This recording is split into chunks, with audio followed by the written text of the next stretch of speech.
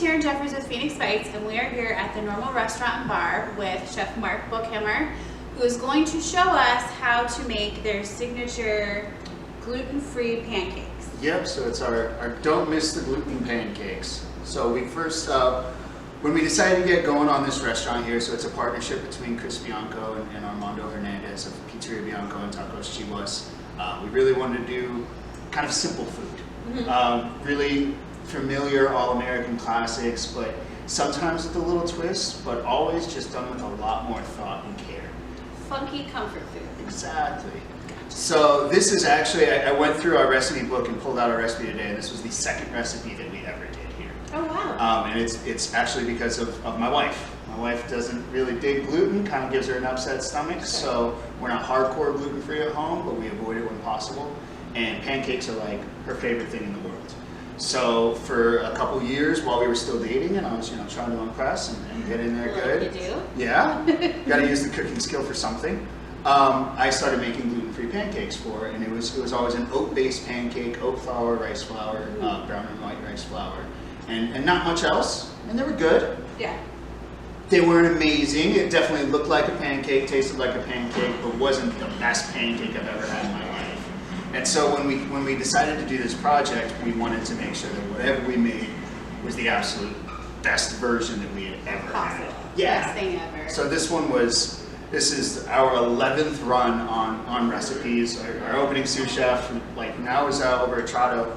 Go say hi to him. Worked tirelessly for literally 2 days. This is all he did was make these recipes, and he did like 11 different batches, and everyone would be like, oh, it's good, but it's not fluffy enough. And, oh, it's good, but it doesn't smell like a pancake. And he finally got to that last batch, and he cut it and he gave me a bite. And said, Miles, I don't even miss the gluten. Yeah. And I just said it kind of jokingly, and then everybody heard about it, and that's what we decided to call the pancake, and it's one of our most popular items on the menu. Well, I know with a lot of items that people try to make gluten-free, there is that, it can be a texture thing, it can be color, consistency, all of that kind of thing. So it is really difficult to be able to get to a point where you don't miss that pesky gluten. Exactly. People don't realize, like, wheat's kind of magic. Yeah. Our stomachs might not like it, but nothing else by itself can duplicate both like the kind of stretchiness, the elasticity that you get from something, as well as the firmness, and then people kind of forget that nutty and kind of like vanilla note that you get with good quality wheat, and that's what we really work towards duplicating. Whereas there's a lot of gluten-free flours out there, cup to cup and things like that are good for a lot of purposes. But what we found is they were really lacking in a lot of those the really earthy flavors and those more floral notes, those vanilla notes and things like that you get out of wheat that we really weren't getting. Yeah, the biggest thing we had going to is, but it doesn't smell like a pancake. There's that certain thing about pancakes, the smell in the air. It's like bacon in the morning. It's just exactly, and that was one of our biggest things that we had to work towards because of the gluten-free, and that's why we don't do a lot of. We do a lot of gluten-free stuff, but we don't do a lot of like gluten substitutes here because to me, there's not a lot of gluten-free breads out there that are good. Chris always jokes, when people want a gluten-free pizza, it's like, go down the street. I can't do it. I can't make the perfect pizza without gluten, so I don't even mess with it. But we figured out a pancake that personally I like more than our regular pancakes. Okay. So I think it's time praise. And so with the gluten-free, it's not necessarily, you don't have to be celiac. Right. You can, it's also big with keto. Absolutely. Huge. The alternative flours. Keto is huge right now, and actually, even if you're not on a diet, one of the nice things is this is going to be a much higher protein pancake than what you're used to, and it's going to be really high in fiber as well because of some of the flours that we use are much higher in protein than plain old wheats. You're actually, before you add the maple syrup and the butter, it's actually reasonably healthy. Pretty good for you. You gotta have the maple syrup and the butter, in my opinion, but without those, it's actually reasonably healthy. And with the added protein, that is something that I hear stories about it. Gives you more energy to sort of start your day out. Exactly. So this is going to be high energy. they're high protein, so you're going to get a lot of energy, but not a lot of carbs that are kind of weigh you down as the day goes. It's going to be a little lower carb, both in terms of some of your complex carbs, but also sugar. We put sweetened condensed milk in it just a tiny bit, but other than that, there's no added sugar to this. It's all natural sugars from the almonds and the coconut. Sounds good. So I hear that there are a combination of 6 different flours. Yep, so we have 6 flours. They all have their own purpose, so we have them all laid out. So our main flour that we use still since day one is the oat flour, just like I did with my wife. It's going to be really common, really easy to find. You can always find oat flour. Whether or not you can find gluten-free oat flour is a different thing. Certified gluten-free is a little harder to find. We have almond flour here, which is just really finely ground almonds. Brown rice flour, white rice flour, coconut flour, and tapioca. And so they all bring something different. The oats give you that really warming, earthy kind of vibe that you expect out of the wheat in the pancake typically. The almonds are going to bring a little sweetness, obviously, that protein, but the biggest thing that we found is it fills the air and you get that nutty nose to it that you're really looking for. Your brown and white rice flour are really simulating the gluten. The brown rice, the white rice, and the tapioca. That's their biggest job. Each one has a little bit, you have a higher protein content, lower protein content. We have a lower, it's not gluten, but think that same kind of idea. This is going to be a little bit less glutinous. The white rice is going to be much more glutinous. It's going to make it more tacky. And the tapioca is going to really make it tacky. And then the other flour is the coconut flour, which is there for the aroma, but it's also really there for the flavor. And I mean, the sweetness that the pancakes have is largely due to the coconut. It's really good. And all of these, as well as xanthan gum, can be somewhat hard to find sometimes. You might not find it, you're not going to find it at the gas station, you're not going to find it at every grocery store, but our original batch that we did all of our shopping at Whole Foods. So Whole Foods, you're going to be able to find them all. Trader Joe's and Sprouts, typically. Or you can go the inside kind of like chefy track. And so what most chefs in the Valley use for all of our dry goods, our specialty dry goods, is a company called Mount Hope Wholesale. Which you can order from online, but my favorite place, like my favorite candy store in the world, is they actually have a retail location in Cottonwood. And so in Cottonwood, right off the main drag, you'll see Mount Hope. And you can go in there and start off as a fruit stand forever ago. And now they just sell everything under the sun dry goods. So they're like, think like Sprouts bulk bin area, except it's every spice you could ever imagine. And so you can find the xanthans and the agar-agars and beetroot powder and all kinds of fun stuff. But you can find all of these things there. Like I said, Whole Foods, Trader Joe's, Sprouts. We did in our house try to go keto. I like carbs too much. It didn't work out. It didn't work out for me. But for other people, it's fine. But we did have a hard time with the agar-agar and the xanthan gum. So we were able to find a lot of like the coconut flour and almond flour. Bob's Red Mill makes it. Almost all of these Bob's Red Mill products. Yep. So that was a lot easier. Or Amazon. Yeah. But if you can go to Cottonwood and you can support a local purveyor, that's your best bet. Then it's even cooler. The only bad part is you're going to go in planning on spending like $100 on this stuff, and you're going to walk out $250 lighter, but you have so many cool things. Right. And while this might look a little bit intimidating because we've got so many bowls here, your trick is to batch it out. So, and this is the same thing I do at home for any batter like this, like we do with our tempura batter here. Basically, go buy everything that you need and then make one big batch. You guys will see the recipe. You'll probably, what I would do is make 3 or 4 times that size of the recipe, and then batch it out into mason jars. So you can have like your mason jars filled with your batter that you can then measure out.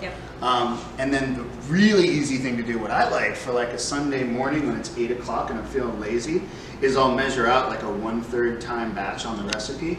Have this here, and then all I know I need to do is crack an egg in here, throw a little buttermilk and butter, seal it up, shake it, and dump it straight in the pan, and then you just, with a half hour of prep, you've got pancakes for a dozen different times over the course of the next 6 months. It's really smart. Much easier, much easier. And you can do that with all the flours, all your dry goods, the flours, the baking soda, the baking powder, salt, the xanthan, throw it all in there, mix it well. Christmas gifts, like holiday gifts, everybody does those like cookie hot cocoa things. Yeah, they do those little Plan it packages. Yeah, you've got a gluten-free friend at home. They will think you are so cool. Well, let's make some and see just how many best friends I'm gonna have when I give these away. Definitely going to do that. So it's not too bad. So anytime you're dealing with a batter or most baking things, we've got a wet team and a dry team. And we're going to keep them separate. They don't like to hang out until the very end. So first off, we're going to get all of our dry team together. Is there like a scientific reason for that? Or just... It's basically if I were to dump each one kind of willy-nilly, when I hit liquid into these guys, I'm going to get clumped up. Okay. So the first big reason on the dry stuff is just that I want to get everything mixed together, especially baking soda. Sure. If you've ever bitten into like a piece of banana bread or something that has that little chunk of baking soda, it's like the worst thing in the world. Yeah, so I mix all of those up together separately just to make sure everything mixes well. And then once we get to the wet side, there is a little bit of science as to why we do the things that we do. Okay. But the dry, it's easy. And so, I mean, magic of TV, everything's just portioned out perfectly, makes life nice and easy. So that was our oat flour, then our almond flour, this is our brown rice, our white rice, our coconut flour. This will be the hardest one to find, but you found them at Whole Foods, I did too, it's not that bad. And then tapioca flour. And it can be kind of expensive, however, they do tend to go a long way. And all of these flours are typically going to run like $6 to $12 a pound. Right. So each one of these bags might cost you like $10. So I might have just cost you $60 right there. But that's enough to make like hundreds of pancakes. Because all I use in each one of these, to put it in perspective, a pound is 454 grams. The most that I used of any of these was 50 grams. Okay. So it's going to go a really, really long ways. We'll get to the gram thing later too. It's like science and math. So I'll mix all these things up. Yeah, and as we're speaking of that, the recipe that I gave you kind of freaks people out sometimes. I always hand out our recipes, and anybody that comes here, every recipe that we use in this restaurant is public knowledge. You guys can all have it. So it's salt, baking powder, baking soda, and xanthan. We'll get to that one last. All of our recipes we do in metric weights. Okay. To me, it's just so much simpler. It's consistent. You don't have to stare at the measuring cup. Right. That's why I go weights plus humidity affects things. And then as far as why I do metric instead of imperial, my cooks always get really frustrated with me that we do metric when they're used to a quarter cup. And I tell them, all right, there's 2 tablespoons in that. Give me a 15-time batch. And they look at me funny and I go, all right, there's 10 grams, do 15 times. And they go, oh, 150 grams, I got it. You got it. To me, it just makes life so much easier. So the last thing we're gonna do is xanthan gum. So xanthan gum's it's one of my favorite little tricks of the trade. You see it a lot more prevalent in gluten-free baking now because it helps bind everything. So that's really what it does, is it soaks up a ton of moisture. And so you use it to kind of hold things together. So we're going to use it to hold this batter together while we're waiting for the baking soda and stuff to add today. But we also use it in lots of other things. I use it in vinaigrettes to keep them from breaking and lots of stuff. But the biggest key on this stuff is a little goes a really long ways. So in the recipe, I have a pinch on this, and we're going to do a big pinch. That's like 2 grams. My scale very inconsistently reads 2 grams. Oh, it goes to a gram. Okay. But it'll go nothing, 5. So in our big batches that we use, I use 2 grams as my base, and we scale up from there. Sure. But for home use, unless you are buying like a really expensive little scale, which isn't necessary at home, I don't use one at home. I just use a pinch. Okay. Because like I said, a little goes a long ways. Pinch is easy. Yeah, pinch is easy. So we've got our dry team together. We'll get our wet team going over here. So I have a pan just heating up. We'll cook in it later, but we're also going to melt our butter in it. And so this is where a little bit of that chemistry goes. So there's a lot of water content in whites, very little water content in yolks, but tons of protein content in yolks, which means the protein and the fat in yolks really like other things that are high in protein and fat, like milk and butter. So we're gonna mix our yolks in with all of our other fatty guys, and that's gonna mix in the best. So in this recipe, we use 3 eggs. I'm gonna show you the best way to do it. Okay. And then I'll tell you the lazy way to do it. Okay. Because I like to have options. Gotcha. So this Sometimes you're not as ambitious. Exactly. And to be perfectly honest, we started doing it the lazy way at the restaurant for very good reason. But it actually works out better for us. So we've got some sweetened condensed milk. As you saw, there's just a tiny bit in there. Yeah. It really helps the browning process. That's the Okay. biggest reason. We have half and half. We started off with all buttermilk. It was just a little too tangy and a little too thick. So we cut it. It's 700 grams of buttermilk and 200 of half and half, so it's still mostly buttermilk. Good quality buttermilk. Always make sure you shake that up. If you guys know a farmer, this is where you will have a much better product. Alright, so now that I've got those guys mixed, we're going to stream in our butter. I like to do everything perfect, so I'm streaming it in so it gets perfectly emulsified. You don't have to do it that perfect.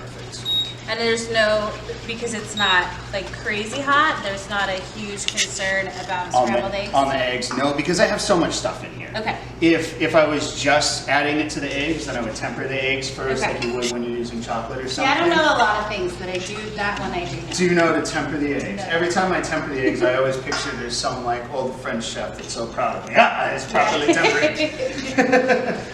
So we've got all that going now. On the side here, we're gonna get our whites going. So I'm gonna dump those guys in here. So this is just the 3 egg whites from the 3 yolks. And we're gonna pop that up and let that go while we're working. So from here, now, this is where one of the main differences between gluten-free pancakes and regular pancakes comes in. Okay. Regular pancakes, I would tell you to mix it as little as humanly possible. Like there should still be lumps in it. We want that because the whole goal is that we don't want to overwork the gluten. Sure. I have no gluten in here. I have no worries about overworking it. So go crazy. I mean, not too crazy, make a mess. But Well, somebody has to clean crazy. that up. But the key is you really do want to mix it really, really well because some of these flours are going to take a minute to soak up the rest of that liquid. Okay. And we want to get as close to lump-free as we can. You're always going to have a little bit of lumps. Well, and the different flours are pretty fine also. Yes, they're all pretty fine, so it doesn't take too long. And actually, I can tell it's so humid in here, this is actually a little loose. That's okay.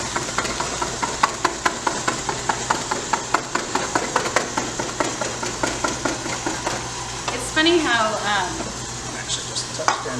I know with baking, everything is so precise, and that is one thing. Elevation can change things, humidity can change how things work out, so much. People don't realize it. it's science. Science is big. It's a whole lot of science. It's funny, that's why I won't commit to food as either a science or an art, because as much science as there is to it, every day is still a little different. Sure. So it's the delicate balance that when we're training cooks, is like you need to follow the recipe so we're consistent until the recipe doesn't work. Because sometimes the recipe might not work. And that's why usually I'll tell people, whether it's a professional cook or a home cook, always follow the recipe to a T the first time. But you might not like it. Right. There's nothing wrong with changing it. Tweak things. I look at, in my personal life at home, when I'm looking at a recipe, I look at it, it's an ingredients list. It's an ingredients list with ratios. Sure. And usually it's the ratios that are the important thing. But you can always switch things. So like, let's say you make this recipe and you want it to be sweeter. Put sugar in it, there's nothing wrong with that. Maybe you like it even fluffier. Add a little bit more baking powder, a little bit more baking soda. You like it eggier, you like a denser one. Add it. I mean, as much as baking is absolutely a science, I don't think it's anywhere near the exact science that people make it out to be. And I think the really good bakers understand that. Yeah. And that's what's great. That's what makes my bosses so great. So I mean, I work for 2 guys that essentially made their living selling bread. I mean, Chris Bianco makes pizza, yes, but the pizza dough, that's his magic. Armando Hernandez makes tacos. Those tacos, the tortillas, are the magic. It's the little details of the corn, it's the little details of the gorditas that he makes, and the little details of the flour. And neither one of those guys really use recipes. It's all by feel, it's all by hand. You know, in our contribution here, we've got the pancakes, and then we've got you know, our buttermilk biscuits, which it's all made by hand. I made a recipe here. It killed me. I refused to sell biscuits forever because I felt like it should only be done by hand and it should never be done with a recipe. Because you get, it's all about the feel. Yeah. Had to have consistency, had to figure out a recipe. But even then, it still changes. So I just knocked down my buttermilk content, my biscuits, 10% yesterday. Because it's warm in here, it's really humid, and my biscuits were just coming out a little bit too wet. Almost there. So what we're doing with these whites over here is I'm just bringing them up to soft peaks. Okay. So a pancake is kind of like, a really good pancake anyway, is somewhere between a cake and a souffle. Okay. You know, 'cause at the end of the day, it's a pretty eggy cake. Sure. And so right here, we're basically just embracing that. So this is very much like your souffle method. So in a souffle, you would separate your egg whites and your egg yolks. You temper in the chocolate or whatever into the egg yolks, which we do here. We do a flourless chocolate cake. And then you have your whites, which have just a touch longer to go. And then your whites you bring up to a soft peak. You don't want to go to a hard peak because you're going to make your life really difficult for you. But we're going to come up to a soft peak and then kind of fold those in. What that's going to do is just bring in a little bit extra air into it. So as I whisk this and tried really hard to make it smooth, which is good, I've beaten all the air out of it. Yeah. And so we want to kind of bring some air back into it, and that's really the whole thing.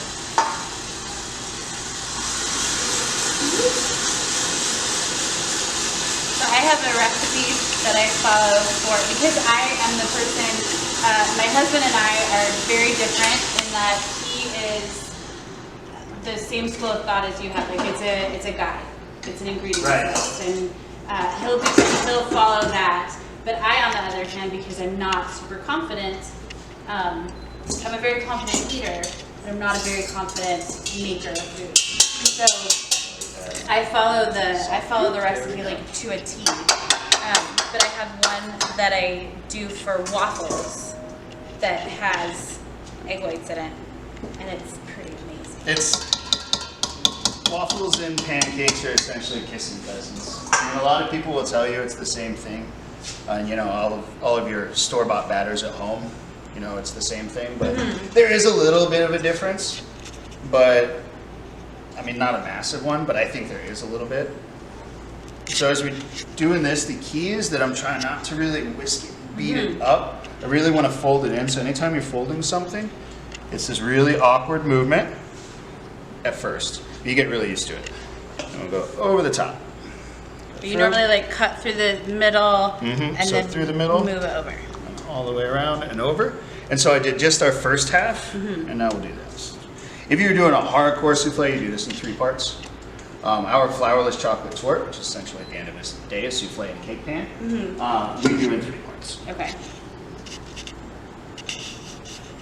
And so you can see how much air has gone into this. It's much lighter batter than it was before.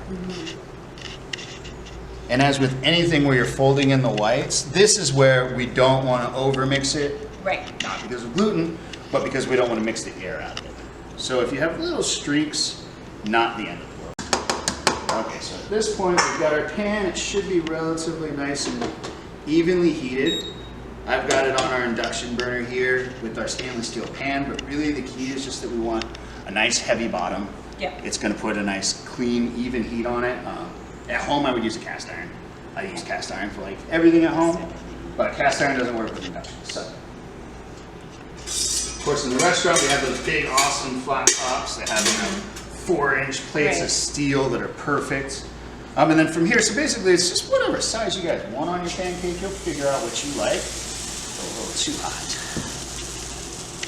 So you know what they say, the first pancake is always throwaway. Yep. First Learned pancake. that from the Joylette Club. And the first crate are always trash. So depending on how thick your batter is, which this batter is actually pretty close to perfect, sometimes you have to spread out a little bit. Okay. So ours at the restaurant, because we're only making the batter once a day typically, sometimes twice, but usually once a day. After about 4 hours or so, it's really hydrated. All these flours have taken in, and this will be a lot denser. Trust the recipe. Don't add water to it because that water is going to come out eventually. Just when you put it in your pan, just spread it out just a little bit. After you've made a few, you know roughly what size your pancake should look. So just move it out to that size. Well, in theory, maybe somebody at home that's making this, they're not going to have such a huge batch as you would. Right. So in theory, so we'll you're have probably making everything it right on- away yeah. anyway. But That's in more or case less if you- you're making it the next day. Because you could totally make this batter and make it the next day. Okay. It will hold over 24 hours if you're going to hold it over. You just want to put plastic wrap tightly against it the same way you would guacamole Like push or down, something. okay. Yeah, you're just trying to not let it oxidize. Gotcha. It won't go bad. It just won't look good and you'll think it's bad. Right. It's the aesthetics of things. Exactly. And so similar to regular pancakes, you'll start seeing these bubbles around the outside. The difference is with a regular pancake, the way the bubbles are right now, I would probably think I'm almost done. Because it's once you start seeing the bubbles move up to the top, Right. that's where you normally know you're done. The one bad thing about this particular recipe is you just have to do it enough times to know. So just get it peeled. So I mean, on my flat top here, it's very consistent. It's 3 minutes, flip it, 3 minutes. Okay. Every time, all the time. I set timers to it. I know it, but I more or less just look for the color. On that edge. Yeah, and I'll even peek a little bit. So yeah, normally on a pancake, you would see the bubbles starting to come up and you know you're good. What I'm looking for here is I want it to be cooked about 2/3 of the way up. So right now we're about halfway up. You can see Okay. it starting to be cooked. You'll start to see it change color, look a little bit more cooked right up here. That's when we know we're ready to flip. Perfect. The other big key on pancakes in general, definitely these pancakes, is leave them alone. Don't move him around. Let it hang out. Let him be where he is. Don't try to flip it a bunch of times. See, I just read a thing. We had, I was involved in like a pancake bar at my day job, and I was looking online for like the perfect pancake recipe, and I saw one of the instructions was, if you want a lighter pancake, don't flip it more than once. And I thought in my head, who flips it more than once? Impatient cooks, I've seen many people do it. I've seen many people because they get impatient and, oh, see here the magic's starting to happen. So the reason we're not going to flip it more than once is we've got 3 different things going on in here that are giving it structure. So first our xanthan was giving it the structure to make it hold Right. up when we first went in the pan. Now it's so hot that the xanthan's not even working anymore. Xanthan's only cold. Okay. Then the other 2 lifts that we have are baking powder and baking soda, our leavening agents, and our egg. So what just started happening, and that's what I was like, oh, see, you see how it's starting to get fluffier. That means we've gotten hot enough. Now the baking soda and baking powder are now reacting, and they've Okay. given it raise. Now all we have to do is what we're waiting for is for that egg to start to cook. Once the egg starts to cook, that's what gives it that solid structure that lasts. Okay. It's not until that egg's cooked that we can flip it without it flopping down. So if we flip it before that egg is like done, almost done doing its thing, then we're gonna flip it, it's gonna flatten back out, all the air goes out, and it's just too much work for the baking soda and baking powder to recover.